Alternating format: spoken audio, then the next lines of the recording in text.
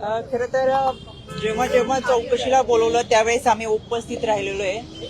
या अगोदर अनेक बातम्यांचा विपर्यास केला गेलेला आहे, चुकीच्या बातम्या पसरवल्या, ते मला आवर्जून सांगायचंय. ज्यावेळेस मला आणि माझ्या फॅमिलीला बोलवलं गेलं, अगदी किंबहुना शिर्डी पोलीस स्टेशनमध्ये माझी बहीण आणि पुतण्या आम्ही सोशल मीडियाच्या माध्यमातून बातमी पाहिली आणि नोटीस मिळण्यापूर्वी 3 दिवस अगोदर गेलो होतो आणि पूर्णपणे सहकार्य आम्ही या तपास यंत्रणेला केलेलं आहे. मीनाक्षी, आवर्जून सांगायचं म्हणजे हे 11 ते 7 वाजेपर्यंतची ही वेळ आहे. याच्यामध्ये 4-4.5 तासाची चौकशी झाली. याच्यामध्ये जबाब नोंदवणं, टाईप करणं, लिहून घेणं, मधला लंच ब्रेक असा बराचसा काळ होता. पण त्यांचे जे काही प्रश्न होते त्या सगळ्या प्रश्नांची उत्तरं दिलेत आणि मी पहिल्या दिवशी जे सांगितलं होतं ते आजही सांगते. खरात प्रकरणामध्ये खराशी आमचा कोणताही आर्थिक व्यवहार नव्हता, कोणत्याही जमिनीमध्ये आम्ही पार्टनर नव्हतो. त्याच्यामुळे बाकीचे प्रश्न उद्भवत नाही.